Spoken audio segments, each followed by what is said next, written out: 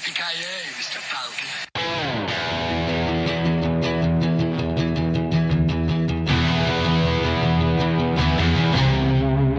Bonus content.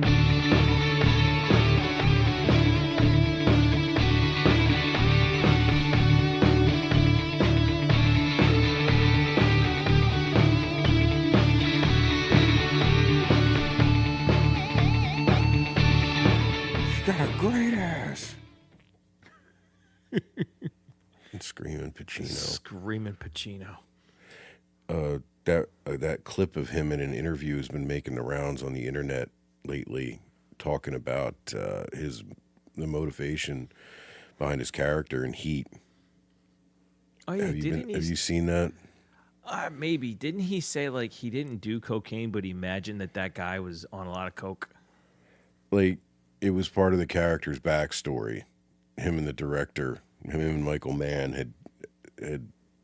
had basically said that he chipped cocaine, and he acted as if that were true, though you never see it. Yeah, you never. Right. It's never shown. They never really allude to it more than that. But I mean, the gum chewing. Oh yeah. I mean, it all fits. Once you know that, it all tracks. fits. You know, I think it makes it more interesting. I'm scared though. They're making a sequel to that, dude. You know To this? Heat? Yeah. What? Yeah. It's Michael Mann is making it. If that makes it any better. Like a direct sequel? Like a direct sequel. It is fucking called Heat 2. They're not even fucking Electric around. Boogaloo. It's called Electric Boogaloo, yeah. Although this may soften the blow for you. Austin Butler is in it. Oh, I really like Austin Butler.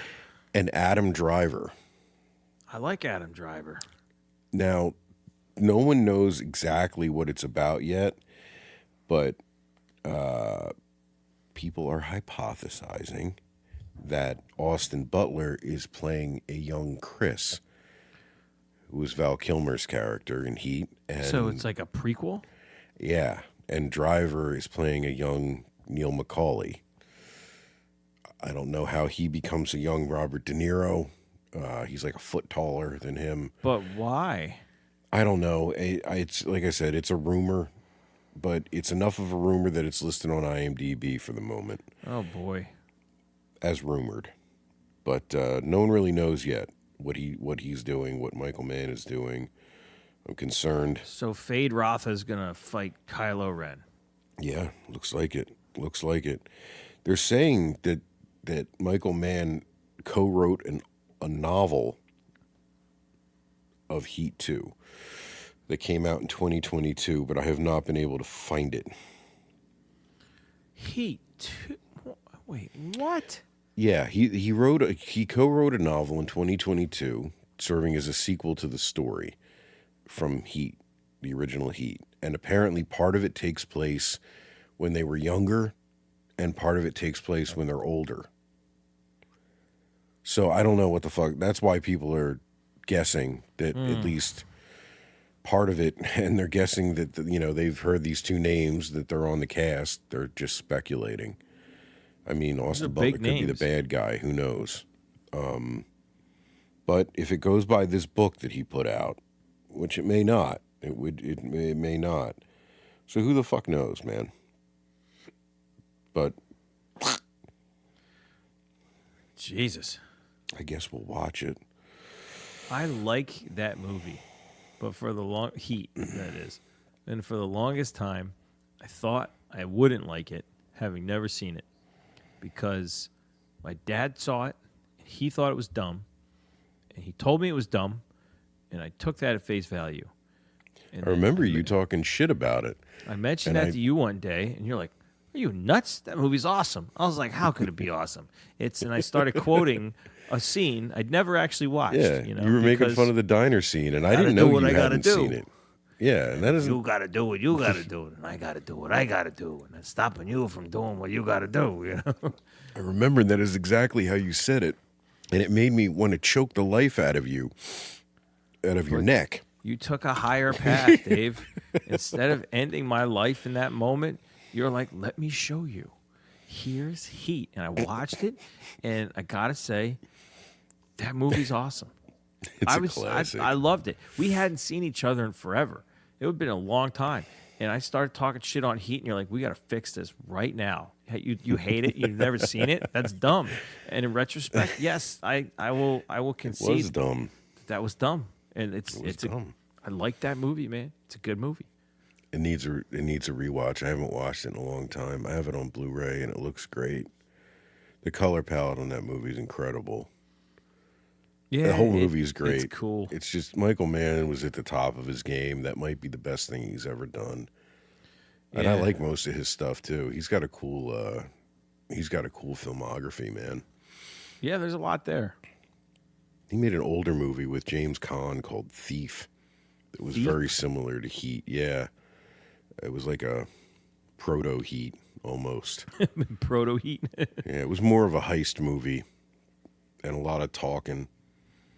I don't know, James Caan when he was young playing a real tough guy. It was pretty good. It's very dated. Thief. I'll have to check it out. Great poster. What's on the poster? It's just that you'll laugh when you see the title, the script that it's in. Oh, is it like super 80s? Oh, yeah.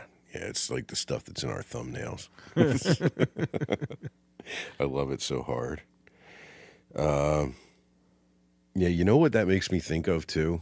You've seen Collateral, haven't you? I have. Yeah, That's a great movie. Collateral's awesome. It's a great movie. That's another Michael Mann movie. That's another, like, Tom Cruise revelation where I'm like, yeah, he was really good in that. Maybe I don't hate Tom Cruise. That was I don't know if you want to say, like, because he did the Mission Impossible movie. I think he had done a couple by then. And I don't know. I liked the first Mission Impossible. I didn't like the second one. And I didn't really think of him as an action star at the time when Collateral came out. Right. You know, and then that came out, and it was just so thoroughly badass. Oh, he's a fucking monster in that movie. He's fantastic. Jamie Foxx is great with him. Like, they played off each other really well. It's such a stripped-down movie, you know? Like, it's a Spartan cast, but everyone in the cast is great. Fucking Ruffalo. They got Ruffalo in there. Oh, yeah, Mark Ruffalo's in that. A young Ruffalo with his hair all shitty and slicked back, and Pete Berg, the director, when he was still acting. He's the other cop. Oh. And it's just a great supporting cast, man. It's just, I think, isn't Javier Bardem in that? I don't remember. It's been a long time since I've seen it. But, like, you're right. It is a very, like, small ensemble cast. And tight. That movie doesn't work without your two leads carrying the whole thing. Yeah, because they have to have banter. You know, they're in the car together alone a lot. Everybody else could be great. If those two, Tom Cruise and Jamie Foxx, don't pull it off, that movie doesn't work. And they do, man. The two of them are just great on screen together. And the action is fantastic. The gun stuff is impeccable. And fucking Cruise definitely trained his ass off like he always does for that role. Because that scene in the alley, man, when he just quick draws on those two guys who are stealing his briefcase is just gnarly. Fucking gnarly, dude. You watch it frame by frame, too. Like, actor or not, he really did that on camera with blanks, and that's not easy to do at all. All. It's just like an incredible feat of muscle memory. It's fantastic. And like rote memorization. It's such a baller movie, man. That just brings up Tom Cruise. We did kind of a funny thing about him before. He gets a lot of hate for a lot of reasons, and some of it's deserved. But if you just objectively take a step back and look at his entire career, I don't think you're going to find many bombs. You know, you mentioned this in like the last time we spoke about it, and the first thing I did was like, there's got to be one. You know, it was like a knee-jerk reaction, like there has to be one. It's in there. We just can't recall it at the moment. So I mean, after setting our team of analysts on this, I mean, like, what are the results? Does he Team of have one? analysts. Team of analysts. I don't know. Let's go take a look right now. Let's do it live. We'll do it live. Fuck it, we'll do it live. Fuck it, we'll do it live. His first credited role is from 1981 in something called Endless Love. I don't know what that is, but he was Billy. Oh, Billy. Billy. Billy. And his second role is from the same year, 1981, Taps. Do you remember Taps? Doesn't he have like a small bit part in that? Where No, he's got a big, he's the main antagonist in that. Is that the thing where he's firing a gun out the window? Yeah, they're at that military school. It's Sean Penn. Sean Penn's like a baby too. And Timothy I read Hutton. about that role. Like, that role wasn't originally his. I didn't know that. And he like impressed the director so much that he just said, like, yeah, well, we'll put you in this part. That was originally someone else's part, and they just gave it to Tom Cruise because he impressed the director. They're like, we got this guy's like electric. We got to get him on screen. Interesting. Yeah, Tim Hutton's the main lead in that. He's real young too, but that was a great. I remember seeing that on TV a lot when we were kids, like a lot, because Tom Cruise was huge then. Mm-hmm. So they would just they I guess it was pretty cheap for the rights to it, and they showed it a lot, and it was that was a really dark movie for a kid to watch. Yeah. Tom Cruise gets wasted too at the end. It's one of the few movies where he dies. Yeah, he doesn't die a lot. His characters do not die a lot. They are almost always the hero. He's like the anti Sean Bean. Sean Bean. So he did The Outsiders in 1983, which I don't know if it was successful in theaters, but it's a classic now. It's a good movie. A bit part in a good movie. Yeah, he had a very small part. He was Steve. He doesn't have too many lines either. So look at their pants. That fucking cast, dude. What a ridiculous cast in that movie.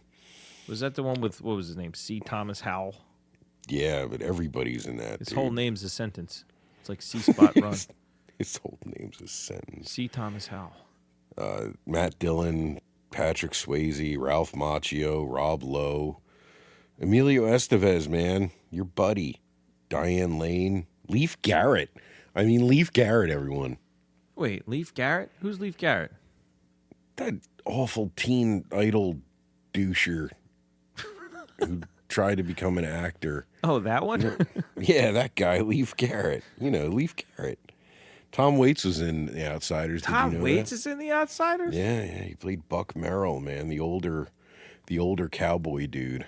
Oh, man. Now I got to go back and watch. I am a huge Tom Waits fan. I love Tom Waits. I know. He's great in The Fisher King. We all know Tom. We all know Tom.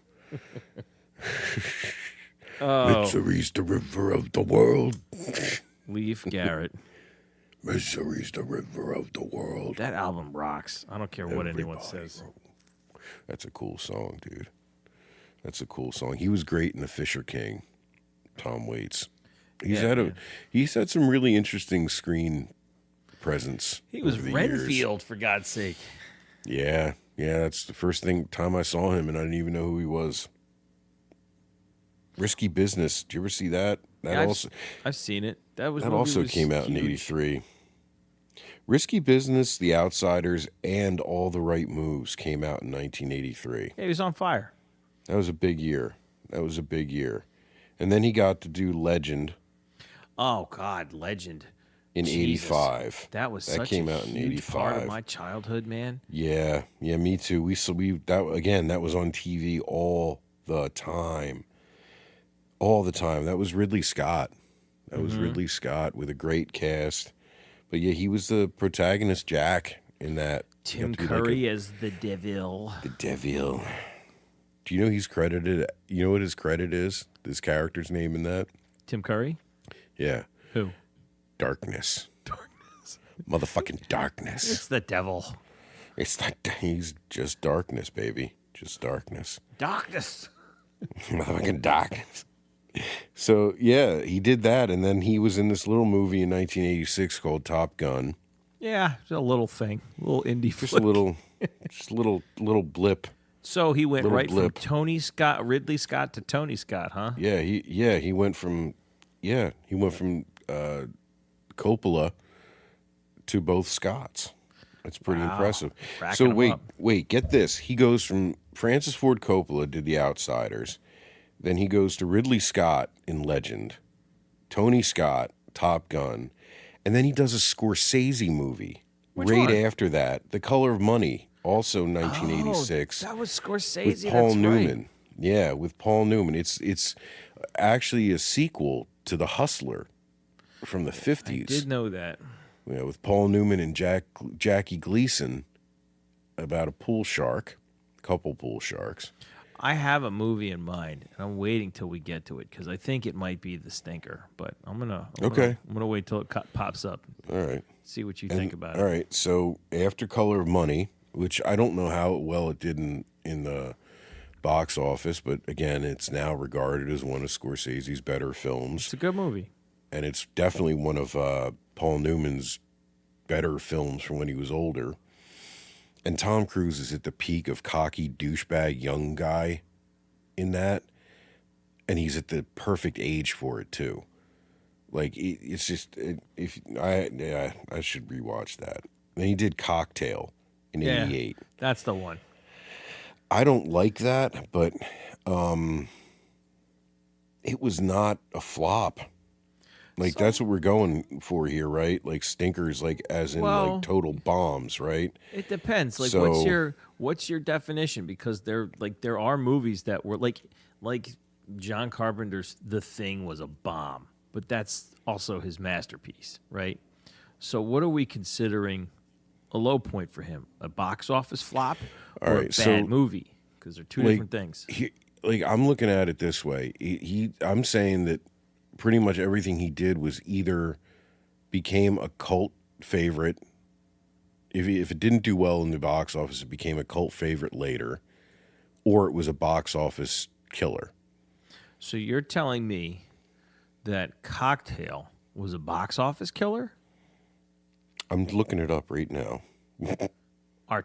Don't worry, folks. Our team of analysts is hard at work bringing you the cold, hard facts. I hate to tell you this, but Cocktail was made on a $20 million budget, and it made $171 million Holy shit. worldwide. In what year? 88. Oh, yeah. So 170, 1988, 170 million, 1988 dollars. Yeah, and in U.S. and Canada, it still made 78.2 off a $20 million budget. So yeah, okay. yeah, it did really well for what it did. was. A stupid movie the about thing. bartenders flipping bottles around. Yep. Who went and saw Cocktail? Dude, what do you want me to tell you? What are you doing tonight? Nothing. I don't know. What do you want to do? I hear Cocktail, that movie about people making. We could go get drinks, or we can watch people go get drinks. What do you want to do? Look, Elizabeth Let's go Shue to was see really Cocktail. Elizabeth Shue was kind of on fire at the time. Oh yeah, that's Obviously, Tom Cruise was on fire at the time, and it was billed as, if I remember correctly, the trailers kind of made it out to be a romance, real heavy on the romance angle. It was one of those 80s movies, man. It was just about being cool and trendy, you know? Those performance bartenders were like Yeah. a thing back then. And we all wanted to be cool and trendy so desperately. So desperate. I don't know. I was 7. Brian Brown was in that. He was the Australian guy Who's in Brian Cocktail. Brown? He is an Australian actor. He was in a couple movies. They were called FX.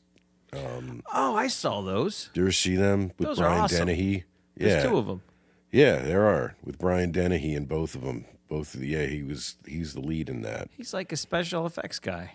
Yeah. I don't know much else that he did, but he popped up every once in a while Those here were and good. there. Yeah. So all right, so that was a box office success. He had a uncredited role in Young Guns, I guess, because he was friends with everyone in the cast. Yep. Then he did Rain Man in 1988. Huge. Later in 1988, we're still in 1988. Then in 1989, he decided he had to work with Oliver Stone, born on the 4th of July. That was Almost Oscar won an bait. Oscar for that. So that was pretty good. Days of Thunder, 1990. Seen it. Goofy as hell. Huge box office success. That was a big movie, yeah. Still pretty fun. I don't care what anyone says. Yeah, It's a blast. despite all its flaws, yeah, it's a good time. And it's got Dewey Cox in it. It does. And you can Shake kind of and think bake. of it. Yeah, you can think of it as a prequel to Talladega Nights if you want to, really hard. And what's his name? Guy, I always forget his name from Cliffhanger. Michael Rooker? Michael Rooker. What's Michael wrong Rooker. with you? I can never remember Michael Rooker's name.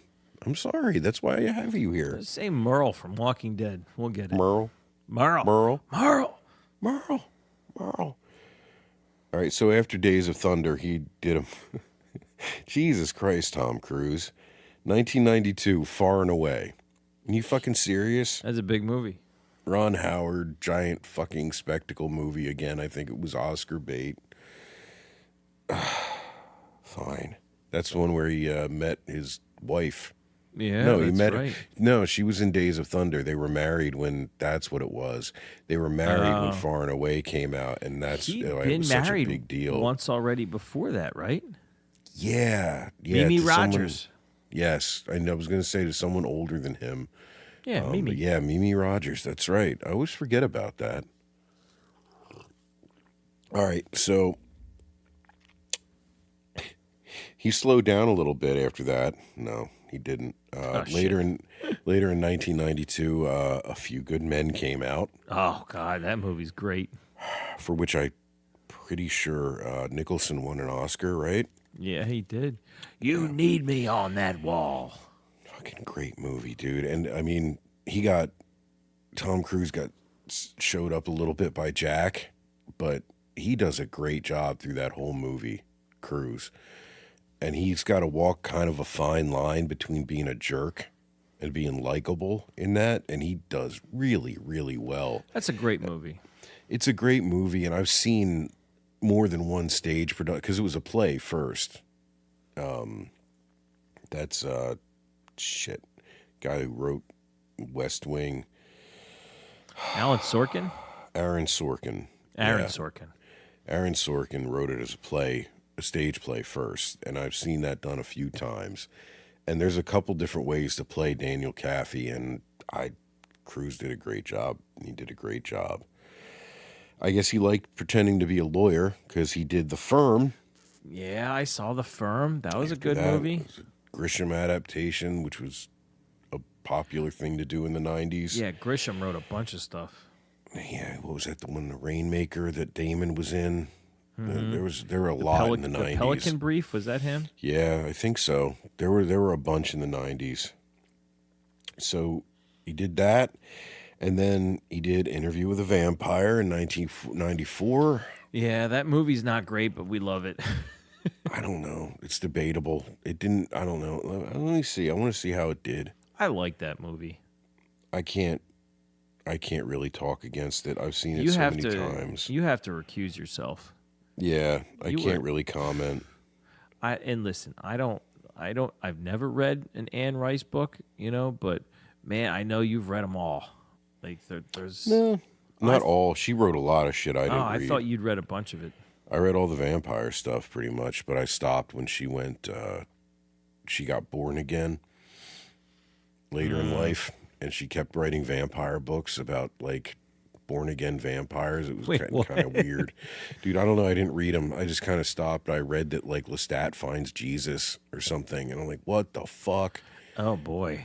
Like, he met Jesus in book 5. Yeah, All right, you so- can put it that way. Just by sheer star power, I guess. Interview cost $60 million to make, and U.S. and Canada made 105.2. Worldwide, 223, and that's in 94. Yeah, it's in a lot of money. $1994. So that's pretty fucking respectable. Not to mention that it's like a little goth kid's wet dream. So I'm sure each generation discovers it like they discover The Crow. So that was a box office success. You can't even call it a box office bomb. Yeah. Even though you know what's funny? I have to say this because it's a memory I hold dear. Tom Cruise was on Oprah when he was doing the talk show circuit. Jumping on the couches? No, this is before that, long before that. And he was stumping for interview, right? And this was back when Oprah, if she had a movie star on who was promoting a new movie, she would show the movie to her audience before the show was recorded, right? So she did that. Oh, boy. She showed Interview with the Vampire to an audience of middle-aged, mostly female Oprah fans. What happened? They were horrified. And they had a Q&A period with Tom Cruise. And I'll never, like, these people gave him such a rash of shit. And apparently, you remember the scene where he bites the rat's neck and, like, squeezes it like a juice box into a glass?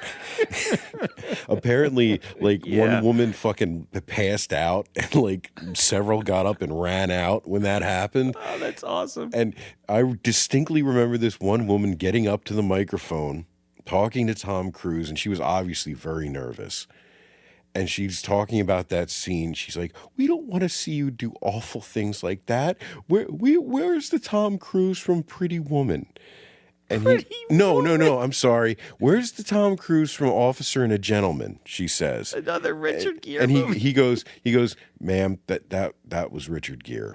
And he said it in the nicest, like most consoling Respectful way possible. Just, "Ma'am, that was Richard Gere." And I gotta find this. My heart is breaking for. I still remember it. Like that's 30-something years ago. He says, and I "Ma'am." still cringe for that poor woman who got up on national television to talk to Tom Cruise and dropped her fucking Richard Gere movie. That's amazing. But I gotta oh find man, that. could you imagine being him and facing that entire audience, that whole horde No. of Oprah fans who just saw your weirdest, gothiest movie ever? Yeah, does it get weirder than that for Tom Cruise? You could debate. Magnolia is pretty fucking weird. Vanilla Sky Sky gets is pretty weird. weird. I love that. We'll get to that. I love that movie. Mission Impossible was after Interview. He went the entire other way. He went the absolute other way and did a De Palma movie. That's like, how many fucking great Wait, that directors was have we Brian listed? De Palma that did Mission Impossible? Yes, it was. Brian I De never Palma knew did the that. first Mission Impossible. Yep. That movie's great. I don't care Yep, what that's anyone part says. of why it's great. De Palma jumped. I've never seen a director of his caliber try his hand at so many different genres. And sometimes it worked and sometimes it didn't. Like he did Snake Eyes, that didn't work. That Nick Cage movie. But he decided to do a spy / heist movie with Tom Cruise, and it was amazing. The first Mission Impossible was amazing and kickstarted a series of movies that's worth God knows how many billions of dollars now. All right, so this is 1996. In the second half of 96, he was in Jerry Maguire. Oh, God. That was fucking world conquering. So after this impressive list of directors, he decided to be in Stanley Kubrick's last movie. Oh, Eyes Wide Shut. Yeah, and so Jerry Maguire was 96. Eyes Wide Shut came out in 99. He didn't do anything except Eyes Wide Shut in that time because Kubrick was such a lunatic. And he died before the movie finished. Yeah, there's a whole conspiracy theory around that. There's a lot. Apparently, there's 20 minutes of it that no one's ever seen and no one can find. And, like, they told him to take it out of the movie. He said no, and then he died. Like, do the math. Yeah, man. That was the whole... That part that they made him cut, that was all about how he faked the moon landing for the government. Oh, yeah, that must have been it. That's what it was, man. It's what it was, man. I did it. Don't fucking condescend me, man. I'll fucking kill you. That was Brad Pitt. Never mind. What is that? Is that True Romance? Bruh. Yeah. Smoking out of the I honey got bear. it. I got it. I just needed a minute. That needs a rewatch. Haven't seen that in a minute. Can we do that together, Yeah. please? Yeah, that'd be fun. We'll get Linny in there too. She loves that movie, I man. gotta watch that. So Eyes Wide Shut, and then in '99, later in '99, Magnolia came out. I have never seen Magnolia. No, No. people are there's. I've seen it. I'm not in love with it the way some people are. Some people are insane about that movie. I mean, it's good. Paul Thomas Anderson. Hang on before I stick my dick in my foot. Yeah, it's Paul Thomas Anderson. So yeah. In addition to Scorsese, Tony Scott, Ridley Scott, Coppola, now we've got Kubrick and Paul Thomas Anderson and Brian De Palma on the list. Jesus. Yeah. And then the next year you can add John Woo because he did Mission Impossible 2 with John Woo. Mission Impossible 2 featuring John Woo. That should have been the title. Even though I think it's the weakest in the entire series. That movie sucks so bad I never watched part 3. And I still have to you fix said that. Yeah, I hated Mission Impossible 2, honestly. It did nothing for me. It was like a fake James Bond movie. I hated it. So wait a minute. How much money did it make though? Because we'll call that one a stinker. That movie's a stinker. I'm working on it. Remember the rock climbing scene in the very opening? Yeah. That was kind of cool. Yeah, that was kind of cool, but he Goofy, but cool. does several things that no rock climber that wanted to live I know. would ever do. There's a video where Alex Honnold, that's how you say his name, right? Yeah. He breaks that scene down, and it was pretty funny. It's like, he's like, what is he doing? So it almost doubled its money. Oh wow. Okay. The John Woo-ness of it added to the worldwide gross. It cost a lot. It cost $125 million to make in 2000. So that's a lot. In US and Canada, it made 215.4, which is respectable, but not amazing, but respectable. But worldwide, it made 546.3. Wow. It made well over $500 million worldwide. All right. So can't call that a flop. Nope. Keep going. Then he decided he needed to work with Cameron Crowe. Did Vanilla Sky in 2001. That movie's weird. Do you like it? I don't know. I remember being very fucking confused at the end of that. I remember it ended, and I was like, "So what happened?" And you never watched it again? Nope. Well, that's one of those ones you do kind of have to watch twice. Okay. Well, I got laundry to do. So yeah.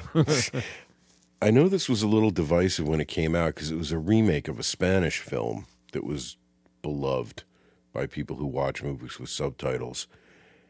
And Penelope Cruz was in both. I think she played the same character in both.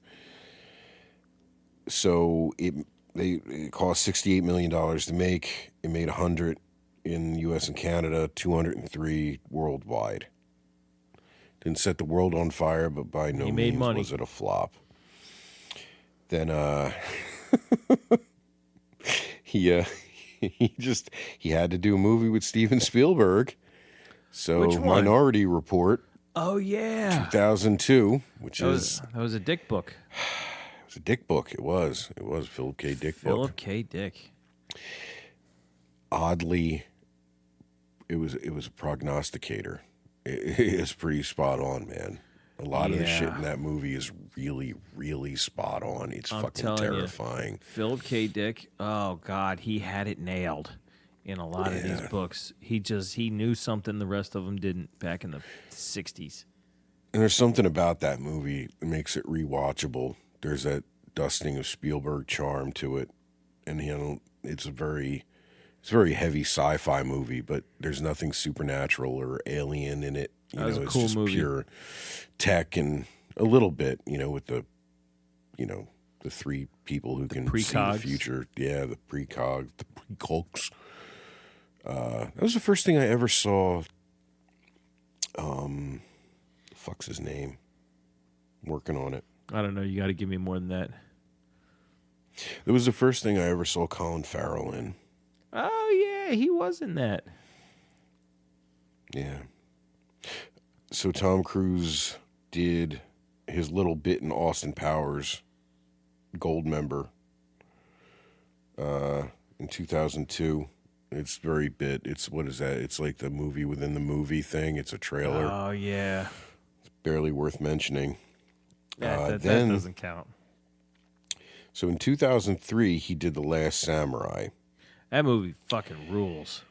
I really like that movie. I know a lot of people who haven't seen it give it shit because they think it's like a whitewashing history kind of movie. And it's not. I mean, it's absolutely not. And the title is a plural, and it refers to The last group of samurai. that the people he meets, his character meets, not him. But, you know, people saw The Last Samurai, and most of the posters just had Tom Cruise in samurai armor, and they kind of just gave it a pile of shit. Yeah, you could argue that if you want to make it a singular samurai, The Last Samurai is the guy played by Ken Watanabe. Yeah. Fantastic in that movie. I love him in this movie, He's man. great. I've seen this movie several times. I really did like this. And you know what's funny? This might be the only one that you so far that you could kind of call a flop. And on a Tom Cruise list, apparently, that means the movie it cost $140 million to make. Okay, in 2003, it only made 111 in the U.S. and Canada, but it ended up making 454 worldwide. That movie, plus it's awesome. So I guess it did well in Japan. He's big in Japan. Big in He's Japan. big in Japan. It's a Tom Waits song, everybody. Everybody, Tom Waits, everybody. So that's the closest we've come so far. That's not very close. It was a good movie. And then he did Collateral right after that in 2004. Awesome. With Michael Mann, which we've talked about already. It's an incredible movie. This is kind of when I stopped kind of seeing what he was making as he was making it. I was in college. I saw a lot of movies, but I don't know. I just kind of didn't feel like Tom Cruise at the time. But he did another movie with Spielberg, War of the Worlds, in 2005. Never saw that. No, it's pretty good. It's pretty good. Just in terms of a retelling of the old H.G. Wells story, which is very near and dear to our heart. I being love in that New Jersey. story, yeah. Do you ever listen to the radio play? I have, yeah. The one Yeah. that drove everyone insane. Yeah, the Orson Welles thing. Yeah. That I was remember wild. we listened to that in middle school. Our teacher had it on records that she brought into the classroom. That's and pretty we listened cool. to it. Yeah, because we were reading the book, so we listened to it. It was pretty neat. It was pretty neat to hear. Again, it was a pretty big budget movie, $132 million. It's Spielberg. It did 234 He made domestic, money. 600 million worldwide. Woo. Yeah. And then Mission Impossible 3, he went back to the well in 2006. This was J.J. Abrams directed Mission Impossible 3. His star was rising at the time. So, I mean, that did really well. It revived the series and was enough for him to keep making them. You know, the next one is the only movie on this list so far I have not seen. What is it? Lions for Lambs, What? 2007. That's not a movie. Yes, it is. I'm just kidding. I have no idea what that is. I kind of remember, like I said, we were in college and I wasn't paying much attention, but I kind of remember when this came out. Cruise played a senator, and Meryl Streep was in it, Robert Redford, a young Andrew Garfield, Michael Pena. Everyone. Michael Pena. And Redford directed this, too, so he got to be directed by Robert Redford. Jesus Christ. It's like a dream career. You just make it. Yeah, this wasn't that much of a success. It was also quite cheap to make. It was $35 million movie. It made $15 million domestic, 64 worldwide. So, All right. okay. So this is the low water mark here. For Lions money. for Lambs. Is it a good Money movie? wise, apparently it was critically praised. So yeah, Damn it. Nothing. yeah. I mean, like, not that I want him to have a failure in there, but like we're looking for one. You know, it's just nothing ticks the boxes yet. Not all of them. He hasn't had like a dead fucking John Travolta-esque bomb yet. It's fucking crazy. And then he's not going to either because the next Keep year going. he did Tropic Thunder. That was big. Okay, Valkyrie. You remember of it? Did you see Yeah, that? that's the. Well, I didn't see it, but I know of it. It's the one about like the plot to kill Hitler. Right. This was a Bryan Singer movie, and he played Colonel Klaus von Stauffenberg, who was a real person. What a name, Yeah, it's a handle, all right. Klaus. It's a Klaus von Stauffenberg. Just a mouthful of consonants. This one wasn't a huge blockbuster. I don't know. I remember it kind of fell flat. $75 million to make, 83 domestic, 201 worldwide. Respectable. A little low for him, but again, it was a World War II kind of niche movie. 2008. I don't know, man. Was it I don't know. like a success? Yeah, I mean, it more than tripled its money worldwide. Did people like it? I don't know. It's got a 7 on IMDb. People don't dislike it. 7 out of 10. 7.1. 7.1. I'm seeing you fuck. Is your IMDb different than mine? No, it's 7.1. I was rounding. It's got very a important. 62 on Rotten Tomatoes. This is a contender. Middling.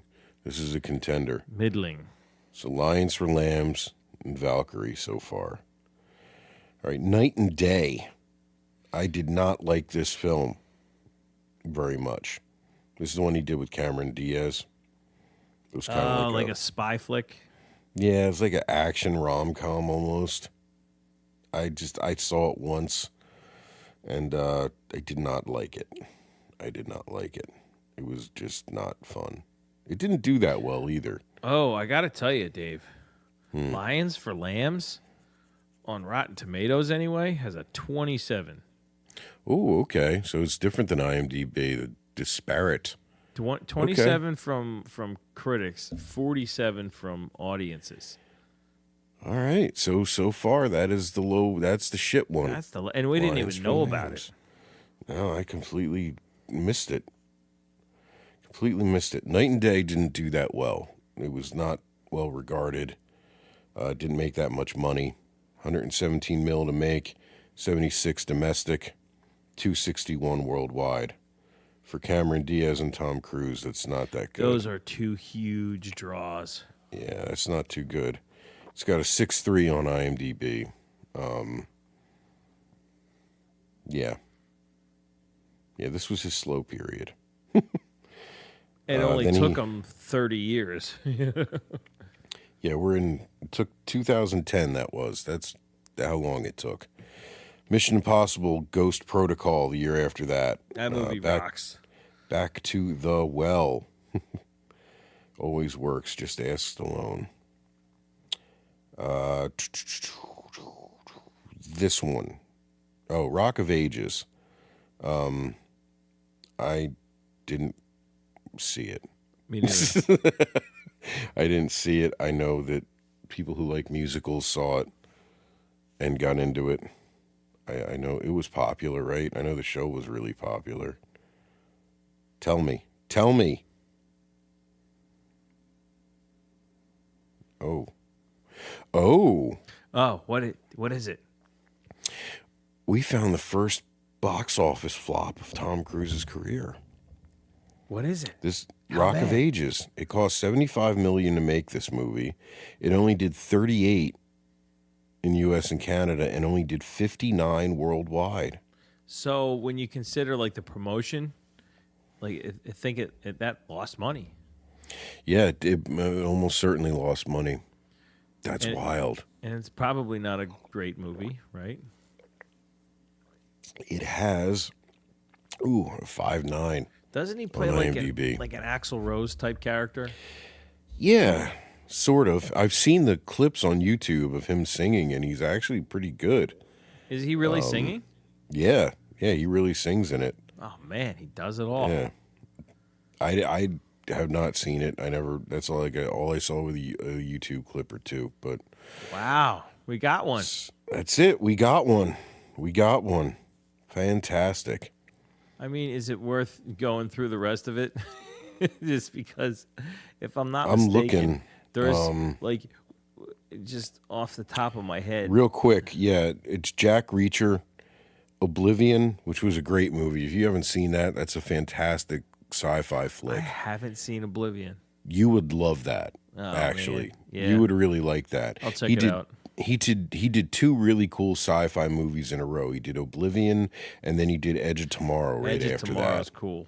That is awesome. They're making a sequel supposedly, but that is a Edge of great Yesterday. movie. Then he did Mission Impossible Rogue Nation, Awesome. and then he did the Jack Reacher sequel, which was weak, but I think it made a decent amount of money. I don't know. Let me check real quick just to make sure we don't fuck up here. Oh yeah, we don't Rock want of to fuck Ages. this up. Rock of Ages. After all this work. Yeah, okay. This did not do so great, but it's not as bad as Rock of Ages. 60 mil to make, 58 domestic, 162 worldwide. I made money. The Mummy. Oh, the Mummy. The Mummy. Oh, how did I forget that one? Dark Universe. Dark the Universe. kickoff for the Dark Universe. The thing I wanted and never got. Yeah, it never went anywhere. Did you see this? No. You didn't see this one? No, I watched a trailer and it was like, nope.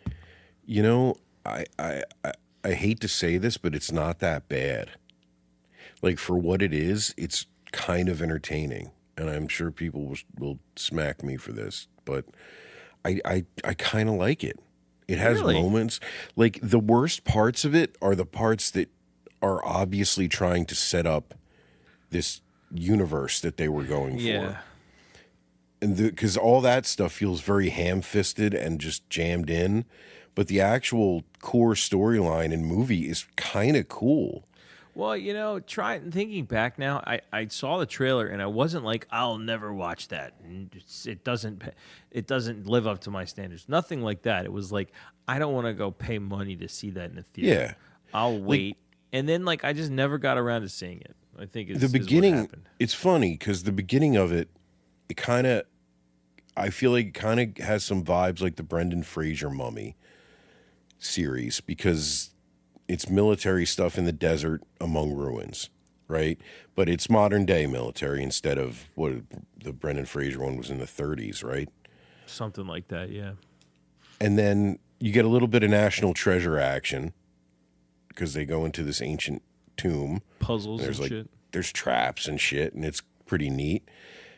And then you get thrown into a kind of a globe-trotting horror story. I don't know, and it's kind of got a downer ending almost. And the way they set up his character that it would have gone forward. I don't know. I don't know if it's worth your time going out of your way to see, but it wasn't as bad as I had been expecting it to be. Yeah, maybe I'll watch it. I wasn't gonna go spend money to see that in the theater. Yeah, and not a lot of people did, but while it didn't do well domestically, it only did $80 million on a $125 million budget. It made $409 million worldwide. What's with these people overseas going to see this movie? I don't know, man. No, I'm just kidding. People do just like effects heavy movies. Or Not a lot of them. They like Tom Cruise. Or they I like think Tom that's Cruise. what it is. They like Tom Cruise. And he did American Made, where he played Barry Seal, which was I kind heard of that was good. entertaining. It was pretty fun. It's apparently not very historically accurate, but I don't care.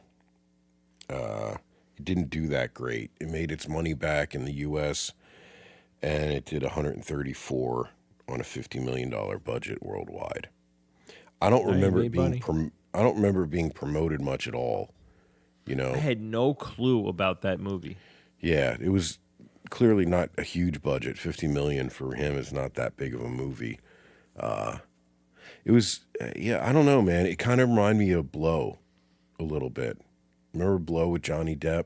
Oh yeah, of course. Yeah, it has that kind of feel to it. It's about the same era too, of course, and about cocaine and smuggling and dirty shit that the CIA did. A lot of that is true, but I don't know. Not a total flop, of course. Mission Impossible Fallout, Awesome. another Mission Impossible. Top Gun Maverick, like broke Awesome. all kinds of records. I still astonishes me that happened, but whatever. And then the last one on the books is Mission Impossible Dead Reckoning Part 1. That was awesome.